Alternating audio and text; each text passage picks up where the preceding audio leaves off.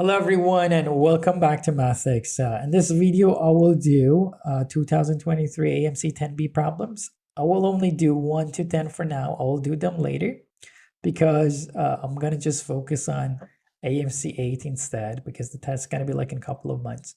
So if you know somebody who is like trying to prepare for the course, I have online classes. They could book lessons with me.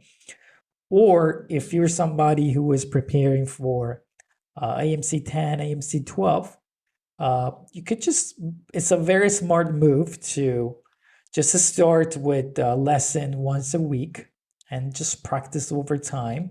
Imagine you do this for a year, you're just gonna have tremendous progress. If you start early for the next year, little by little, just gonna be really, really great. So such a great idea.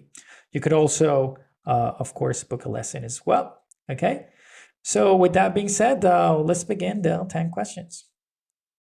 Okay, let's start with the first question. Mrs. Jones is pouring orange juice into 4 identical glasses for her 4 sons.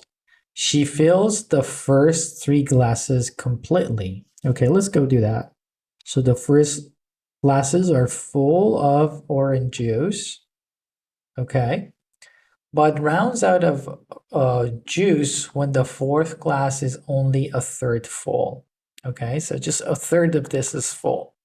Okay, what fraction of a glass must Mrs. Jones pour from each of the first 3 glasses? Okay, so we're going to take from here.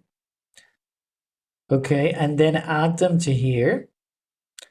Okay, so that all of them will become equal. Okay. So what's the fraction? Now, what we need to do, because it's a fraction question, does it matter if we say the amount of orange juice here is 20, 30, 2,000, 3,000, 1, A? It doesn't matter what we call it. So the smartest thing is to just assume that the amount of orange juice is something that makes the process easier. Okay, so because here we're going to have a third, the number you choose is just better if it's just divisible by 3. Okay, so and the easiest thing is just look at these numbers. We have 3 options that are actually divisible by 3. You just pick one of them to start. So for example, let's take 9. So if I choose this one, okay, so that means all of these orange juices are 9, 9, 9. So good. But this one is going to be a third of 9. This is only 3. Now, if I take 1 from each, because it's just going to get 1 9s from each, or 2 9s here. Sorry, if I get 2 9s from here, from here, from here, okay, each of these will be 7. And then I added to here, I already had 3. 6 will add it. This will be 9, right? They will not be equal. So this is not the answer. Let's just go with some other number that is actually divisible by, okay, 3. So let's go with 1 over 6. Okay, let's just try this one instead. That means this is 6, this is 6, this is 6. And so good. 1/3 of 6 will be 2. So we only have 2 here. Now, if I remove 1/6 of this, that means 1 from each one will be less. 1 be less. So, and then we'll start to add them here. So each one will be 5, 5, 5. And these negative ones will go to here. So it will be 2 plus 1 plus 1 plus 1. Okay, this will be 5, 5, 5, 5. All will be equal. So with this trick, instead of working with fractions, okay, you only work with integers. So, and you just have to make a number. So in this case, assuming that the orange juice is 6 units, just makes the question a lot easier to deal with. Now, this is only problem 2, but if you find this question extra difficult for you, probably you're doing something wrong. And let me just ask you this. If somebody tells you the cost of something is, for example, $50, okay? And they say you want to increase it by $20, 20%. How do you do this? Okay. Do you go and say, okay, 20% of this going to be 1 over 5, and 1 over 5 of 50 is going to be 10, and then you go 50 plus increase of 10 is equal to 60. If you do this, then this is why this question is difficult for you, okay? Instead of doing this, okay, so when you want to increase something by 20%, you have to multiply it by 1.2. It will be 60 straight. So instead of adding, you need to multiply, okay? Where does this 1.2 come from? It's coming from 120. Percent means over 100. So I just multiplied it by this number. You just simplify it, 12 over 10, which is going to be 1.2. Okay, so you need to write everything in the multiplication form. So let's go and practice this more with this question. Carlos went to a sports store to buy running shoes. Running shoes were on sale with prices reduced by 20%. Okay, so reduced by 20%, we could write it this way. It was 100 over 100, but we want it to be like this, 20% reduction. So it will be 80%. You're gonna write it like this.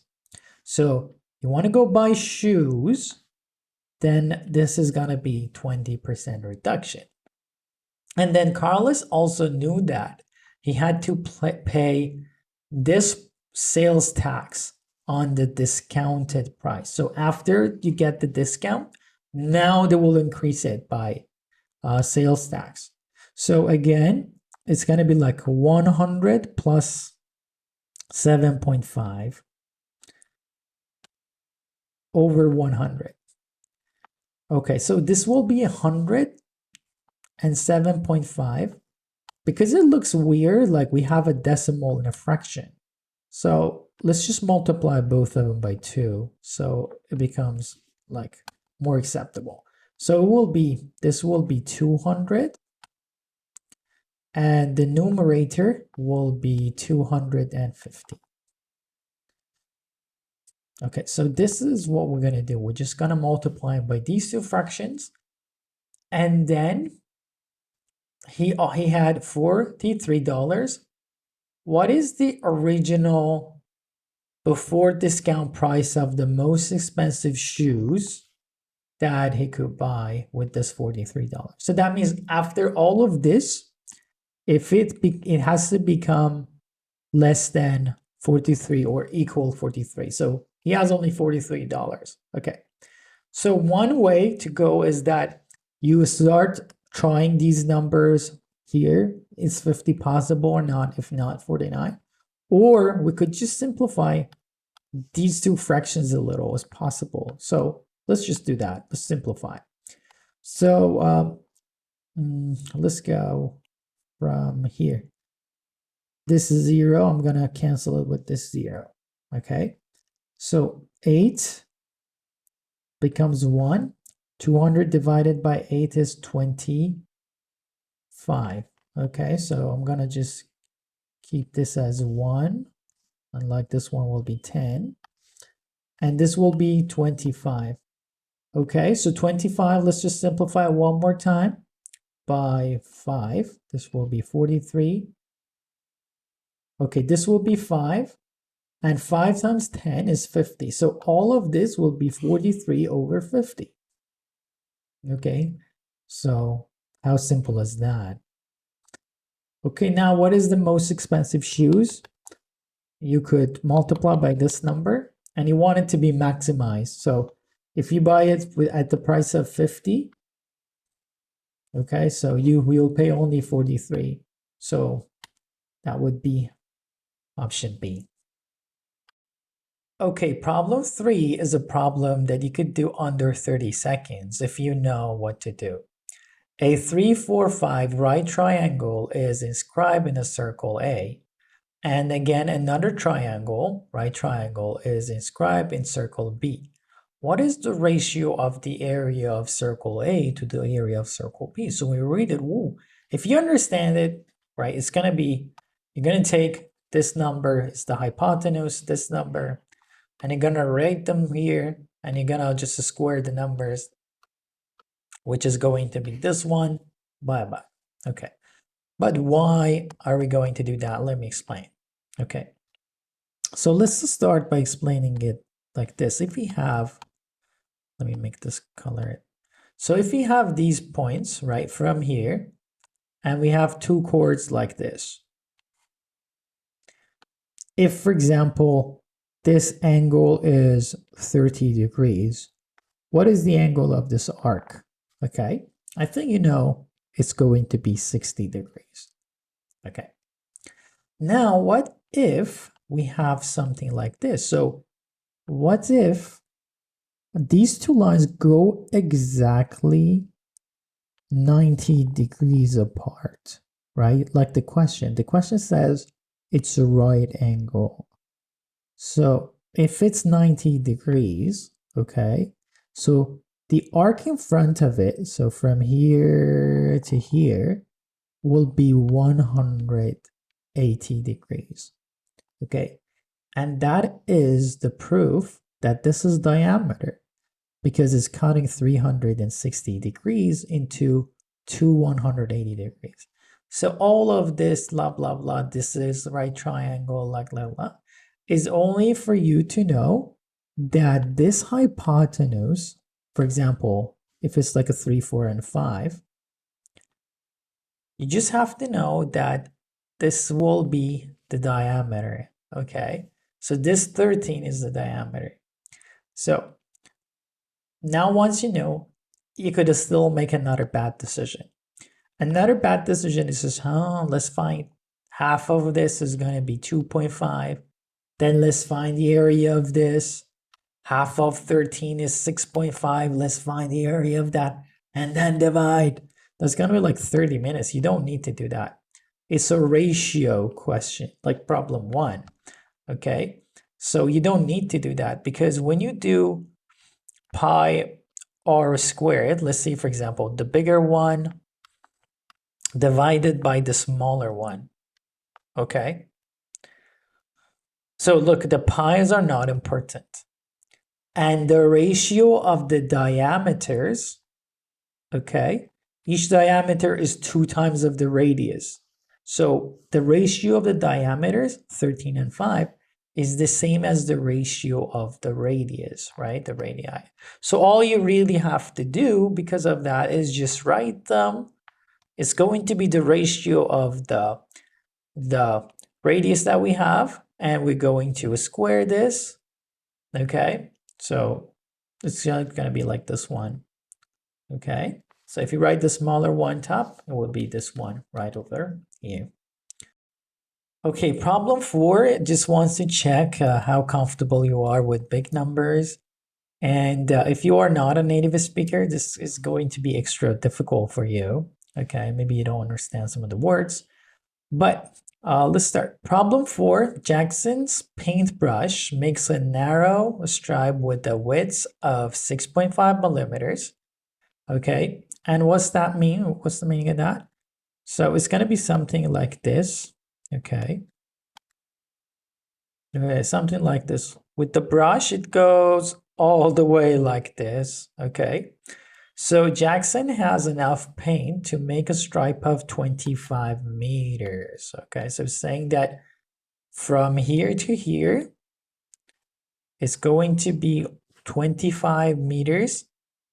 And this little portion here is going to be only 6.5 millimeters. Okay, so how many square centimeters of paper could Jackson cover with paint? So what you need to know is going to be like a long rectangle.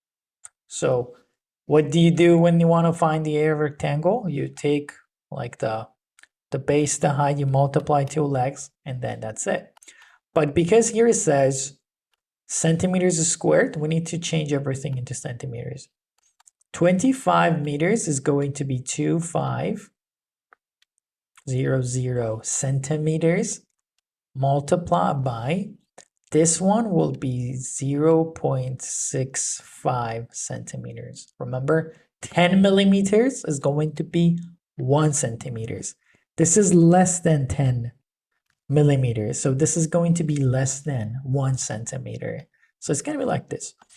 So I'm going to just cancel this zeros with this. So when I do this, I'm going to just go 25 multiplied by 65. Okay. So when we do this, it's going to be option C, 1625. Problem 5. Maddie and Laura see a list of numbers written on a blackboard. Maddie adds 3 to each number in the list and finds that the sum of her new numbers is 45. Laura multiplies each number in the list by 3 and finds that the sum of her new numbers is also 45. How many numbers are written on the blackboard? Okay, so if you read the question and still not sure how to deal with it, start writing very simple examples. Okay, so the simplest example I could come up with is 1 plus 1. Okay, so 1 plus 1 is 2. When I add 3 to each one, right? Okay, so because I have 2 numbers only, my sum, 2, will be increased by 2 times of 3. If I had 3 numbers, it will be increased by 3 times 3. Okay, so that's one thing. Now, if I have different, like if I have 1 plus 1 plus 1 plus 1, like it's going to be 4. Now, if I multiply each number by 3, then what happens? Okay, it will be 3 plus 3 plus 3 plus 3, 12. And you would see that the sum is also has been increased by 3. Okay, you could also think about it like this. So it's 3 plus 3 plus 3, because each one is multiplied, you could also write it this way. So now I think it's so much easier to deal with the question. Okay, now imagine we have all these numbers. Okay, so we have A1 plus A2 plus A3, okay, and so on. We have all these numbers, okay, and we get to multiply each one by 3. It's the same as multiplying everything by 3, and then it becomes 45 according to the question. Okay, so because here it says the sum of our new number is 45, when we multiply all of them by 3. Okay, so that means if we call this one the sum of these numbers when we add them, so we just get that the sum of these numbers is 15. Okay, so that's what we know. But how many numbers are there? Okay, it could be made of 2 numbers like 7 plus 8. Okay, or it could be made of like 15 numbers, 1 plus 1 plus 1. How many numbers are there? Okay, so we know now that the sum is 15. Okay, see, if we have, for example, 3 numbers, each one will be plus by 3, plus by 3. So now our 15 has been increased by which number? Then it's going to be 45. Okay, so it's been increased by 30. And each number that we have, A1, A2, will be plus by 3. How many of them do we need? So that all of this will be plus by 30. The answer is simple, 10. If we have 10, each plus 3, 10 threes is going to be this 30 that we need. So the numbers is actually 10. Okay, problem 6. Let's understand the problem. Let L1 be 1. Okay. L2 be 3. And this, we have this expression. Okay. So if we have, instead of n, if I replace that by 1, what do I get? So it's going to be like this. So it will be like L3 is equal to L2 plus L1, okay? And the question has given us that. So this will be 1, L2 is 3. So 1 plus 3 is going to be this one, okay? So we continue like this. If we replace n by 2, okay, L2 plus L3 will be L4, okay? So which means 3 plus 4. Okay, and then you would just go and add 4 and 7. It's going to be 11. And then 18. Okay, and then 29. So, and it will continue like this. Okay. Good. And let's see, we want how many of these terms in the sequence are even. Okay.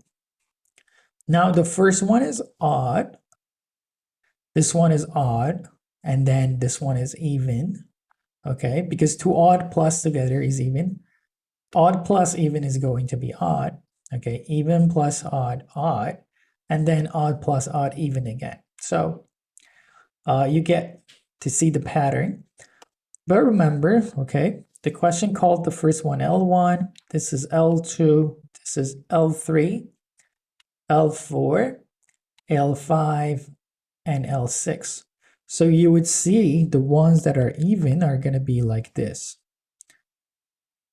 Okay, L3, L6, okay? And we have to go like this. So we really are counting these numbers like 3, L3, L6, then L9, then L12. It will continue up to L2023, okay? But you would see that all of these are multiples of 3. Is this one multiple of 3? Is it divisible by 3? If you add 2 plus 2 plus 3, it's going to be 7. No, but 2 plus 2 plus 2 is. So the last number will be this. So how many numbers is this? We just want the number. First number 3, then 6, then 9, then 12, the last one does. So when you want to just know how many there are, you just have to divide all numbers by 3. So this would be 1, 2. This is the second one. This is the third one. This is the fourth one. So the last one will be 2022 divided by 3. Okay, so which is going to be, let's just write it this way, 2022 is divided by 3. It's going to be 6. 22, okay, it's going to be a 7. 21, another 12, 6, 7, 4. So it's going to be this one, option E. Okay, problem 7. A square ABCD is rotated 20 degrees clockwise about its center to obtain the next square as shown below. What is the degree measure of that angle EAB? So we know that this point A has moved all the way here, okay, around the center. Okay, so if you assume this is the center, so what is this angle? So from here to here, the question has said this is going to be like 20 degrees, okay? So that means if I go on and just draw this line over here, we'll have a isosceles triangle, okay? So we know that all the angles together are going to be 180 minus this 20 is going to be, okay, 160, okay? Because both of these are equal, so we're going to go divide them by 2. So, sorry, 160 divided by 2. Each angle is going to be 80, okay? So let's just clean here. So we know that this angle, let me do it better, smaller. This angle to the center. So from here to here, make it smaller, black. So from here to here is actually 80 degrees, okay? Okay. But how about this a smaller angle right over here? Okay, that is smaller angle, okay, is half of this right angle, okay? Because remember, it's going to the center, okay? So that's a diagonal, right? So that means this 90 degrees will be divided by 2, which means this red one, I'm going to draw it by red, is going to be 45. I don't know if you can see it well. The red one is 45. So the black one all the way is 80. But the question is looking for EAB. So it's looking for this. I'm going to go EAB. Okay, this angle, right? So this angle will be 80 minus 45, which is going to be 35 degrees, which is going to be the answer. If you do it this way, it's simple, but there are different ways that makes it more complicated, but this one is the easiest to go. Okay, problem 8. If you couldn't get this question right, or if you don't know what to do with this question, that means you're not practicing enough, because this is a really popular question. So if you've done AMC before, we see a lot of questions like this. Okay, let's see how to deal with it. Okay, what is the units digit of this number to the power of this? Okay, you see the numbers are huge and you're not expected to multiply them all. Okay, so what's the deal with this? Okay, for this one, I have a question for you. We know that 2 times 2 is 4. But if I go 12 times 12, it's going to be again 144. But look at the units digit, right? It's always 4, regardless of what is before it. So when they ask us 2022 times 2022, we don't really need the rest of them, okay? So we just need this number multiplied, but this number is the one that is creating this unit digit. So that means instead of dealing with this, okay, we just have to deal with 2 to power of 2023 plus, okay, 3 to power of 2022. Okay, be careful about this. Okay, now how to deal with this, okay? So it's just gonna make a simple pattern.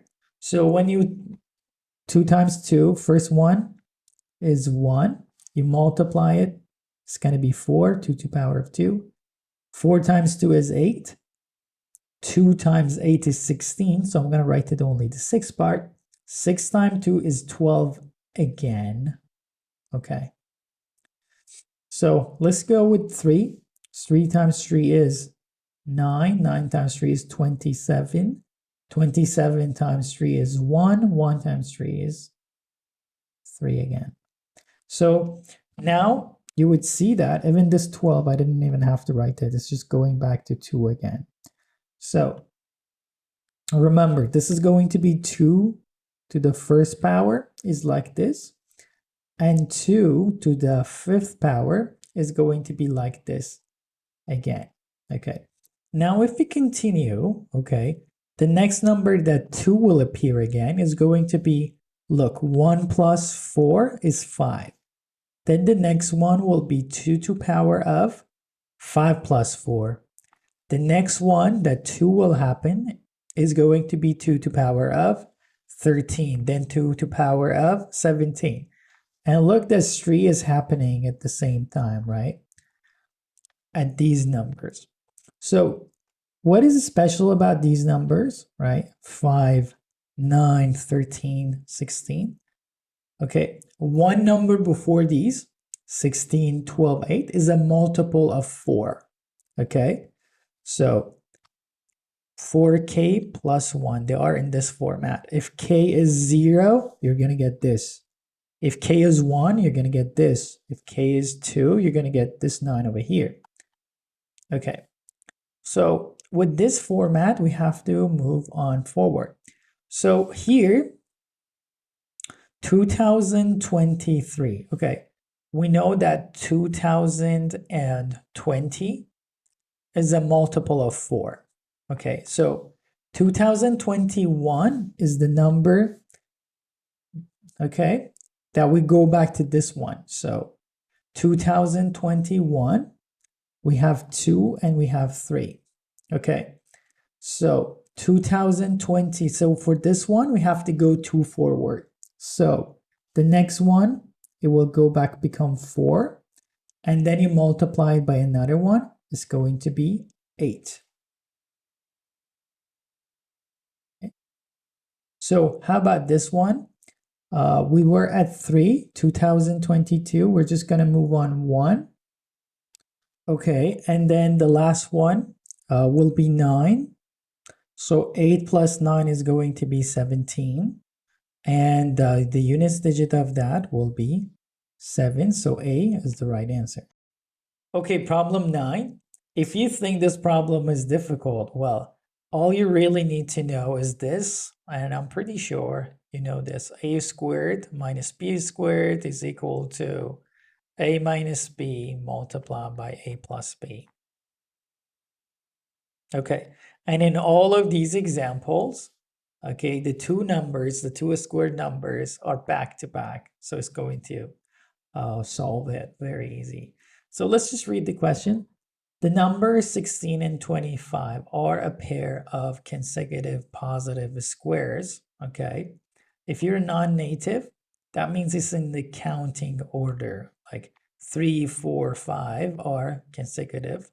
But if you go 5, 7, 13, they're not, because they're not in the counting order, okay? Whose difference is 9, okay? How many pairs of consecutive positive perfect squares have a difference of less than or equal to 2023? Okay, so what is the first one? The first one will be 2 squared minus 1 squared. Then the next one is 3 squared minus 2 squared. Okay, and we see that the difference is increasing. But, and then we have to go forward. It's going to be A plus 1, the last one, squared minus A squared. Okay, but we want this last one, the difference between them, to be smaller or equal to 2023. So we just have to pay attention to this. Now you just have to follow this formula. So for example, if A is 2, B is 1, right? If this is 2, this is 1. Okay, this will just be only 1. So you just really are left with the 2 plus 1 part.